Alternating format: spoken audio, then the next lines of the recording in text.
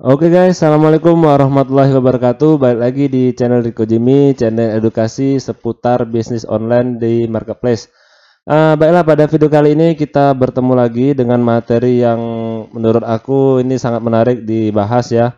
Karena ini sesuai dengan request kalian, banyak sekali dari kemarin yang nge-DM ke Instagram, WA ataupun ke Facebook. Itu bagaimana tipsnya dan triknya agar kita bisa sukses dan jualan itu laris ya di marketplace.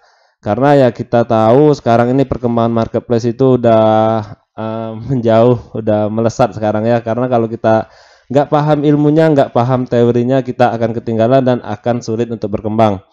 Oke, buat kalian yang baru gabung jangan lupa di like dan subscribe. Semoga video kali ini bermanfaat untuk kalian.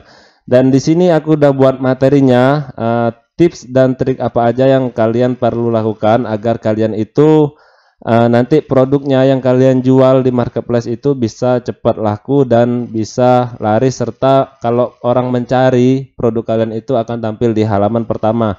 Dan di sini tanpa ngiklan ya, dan aku harus bawahi itu tanpa ngiklan karena banyak juga yang tanya-tanya, Bang, bikinin video tutorial tentang iklan dan lain-lain lah gitu, pokoknya yang berbayar. Karena aku sendiri jujur jarang sekali ya untuk iklan ya, kecuali kalau baru bikin toko terus kira-kira kalau produknya itu agak bisa markup tinggi harganya, itu aku bakal ngiklan. Kalau enggak ya aku enggak ngiklan ya. Oke, kita langsung aja masuk ke materinya. Di sini aku udah buatin ya tips sukses jualan di Shopee tanpa iklan. Oke, ini aku jelasin secara cepat aja nanti agar kita nggak kelamaan di video ini ya. Cara singkat, mudahan kalian bisa memahami apa yang aku jelaskan kepada kalian. Oke, yang pertama yaitu tips sukses yang pertama kita di pemilihan jenis produk. Oke, banyak sekali yang bertanya-tanya produk apa sih yang laris dijualan di marketplace, baik itu Tokopedia, Bukalapak, Shopee, Lazada dan lain-lain. Di sini aku bakal jelasin kalian. Sebenarnya produk itu semuanya bagus ya, semuanya bagus, tapi ya memang ada juga produk itu yang musiman gitu. Jadi ada yang misalnya musim hari ini untuk bulan ini dia banyak dicari di marketplace, dan bulan berikutnya itu akan redup. Seperti kemarin awal-awal corona itu masalah apa? Masker ya, masker itu sangat laris kemarin, dijual sampai habis, dan buktinya sekarang masker itu enggak terlalu dicari lagi, tidak terlalu diminati ya. Jadi untuk jenis produk ini kalian tentukan dulu produk apa yang kalian mau jual. Kalau saran aku sih, pilih aja produk yang kalian minati atau yang kalian mengerti dan kalian hobi. Jadi kalau nanti ada pembeli yang ingin bertanya kepada kalian, kalian bisa memahami jenis produk yang kalian jual gitu ya. Untuk kalian misalnya kalian dropship ataupun kalian reseller ataupun kalian supplier sedang mencari-cari produk ya. Jadi saran aku, kalian jual aja produk yang kalian mengerti dan kalian minati gitu ya. Oke, untuk selanjutnya riset pasar ya.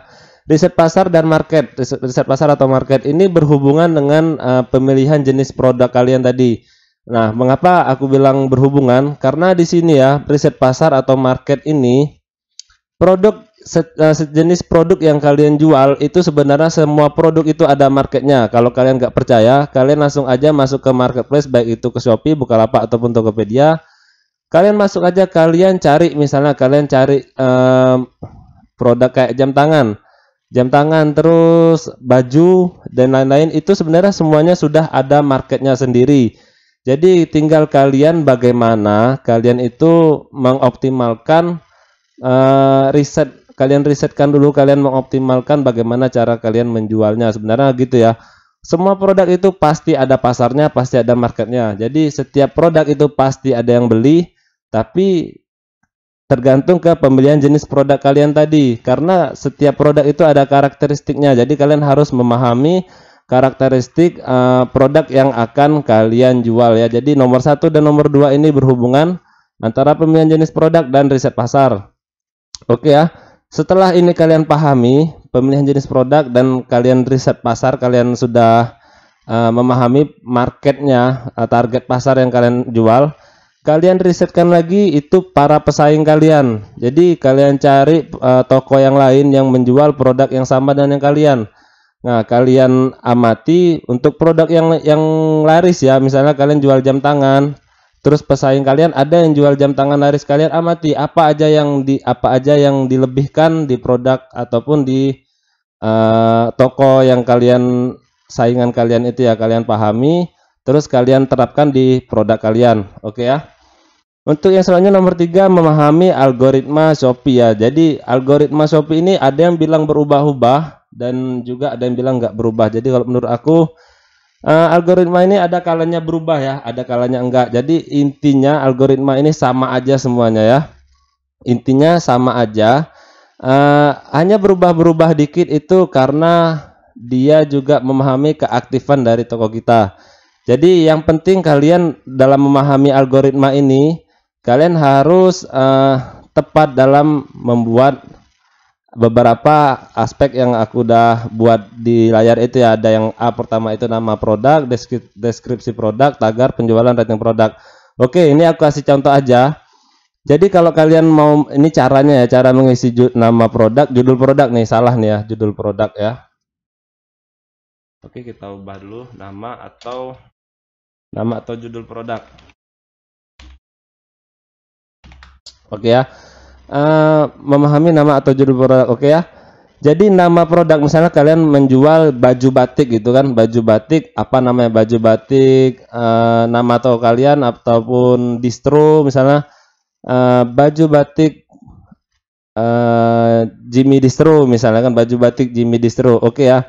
Jadi untuk algoritma Shopee itu dalam menentukan dia menaikkan produk kita, apabila nanti ada pembeli yang mencari, itu akan dibaca dari nama dulu ya. Jadi nama produk kita buat misalnya baju batik kemeja Jimmy Distro gitu misalnya kan. Terus di deskripsi, untuk di awal, untuk deskripsi produknya kalian juga harus mencantumkan nama produk yang kalian tulis tadi. Jadi agar nanti dia harus berkaitan ya, dari nama produk kalian dan di deskripsi produk kalian itu harus ada kata-kata yang sama. Jadi kalian mengerti ya. Jadi ketika kalian buat nama produk, terus deskripsi produknya, nama yang ada di judul produk tadi kalian masukkan lagi ke deskripsi kalian. Terus kalian tambahkan misalnya dari panjang lengan, terus lingkar dada dan sebagainya. Pokoknya deskripsi produk ini kalian isi sesuai dengan menjurus apa rincian produk yang kalian jual. Oke, selanjutnya yang kecil itu tagar ya. Jadi tagar atau tag. Jadi ini sangat berpengaruh juga. Jadi misalnya kalian menjual baju batik tadi ya, baju batik kemeja lengan panjang, kalian buat tagarnya lagi kayak pagar, tanda pagar ya, tanda pagar kalian buat nama produk kalian misalnya baju batik, kalian spasi, kalian tagar lagi kemeja batik, gitu. Jadi kalian pokoknya pintar-pintar kalian mencari keywordnya, kata kunci kalian. Jadi kalian harus pahami, misalnya nama produk kalian itu baju batik, kalian harus mencari keyword yang sesuai dengan baju batik kalian. Kalian masukkan di tagar di deskripsi produknya. Oke, selanjutnya di penjualan ya, penjualan. Untuk penjualan ini nanti misalnya sudah ada yang membeli produk kalian, nanti kan sudah muncul itu kan, misalnya ada 2 atau 3 pembeli, itu sudah bisa nanti membuat produk kalian itu tampil di halaman pertama penjualan. Selanjutnya di rating produk ya, rating produk. Jadi usahakan sebisa mungkin kalian mendapatkan rating produk yang bagus. Jadi poin nomor 3 ini gunanya apa? Algoritma Shopee ini agar memunculkan produk kalian itu ditampil di halaman pencarian pertama di marketplace-nya, walaupun kalian tanpa iklan. Oke ya, jadi nomor 3 ini menurut aku paling penting kalian lakukan agar nanti produk kalian ini bisa muncul di halaman pencarian Shopee tanpa iklan.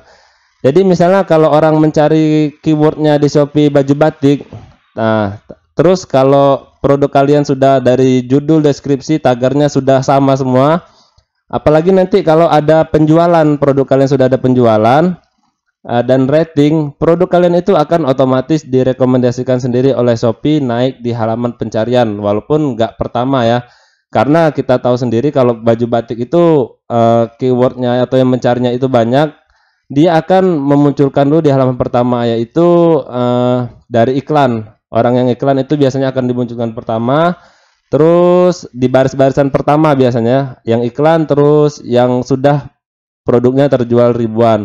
Nanti produk kalian di mana? Produk kalian akan nyempil di antara produk-produk yang sudah banyak terjual. Tapi udah cukup lumayan ya. Yang penting nanti kalau sudah tampilan pertama, produk kalian itu akan banyak yang melihat. Ketika produk kalian banyak yang melihat, Shopee akan semakin merekomendasikan produk kalian itu tampil di halaman pencarian ya. Oke, selanjutnya yang keempat, rating toko.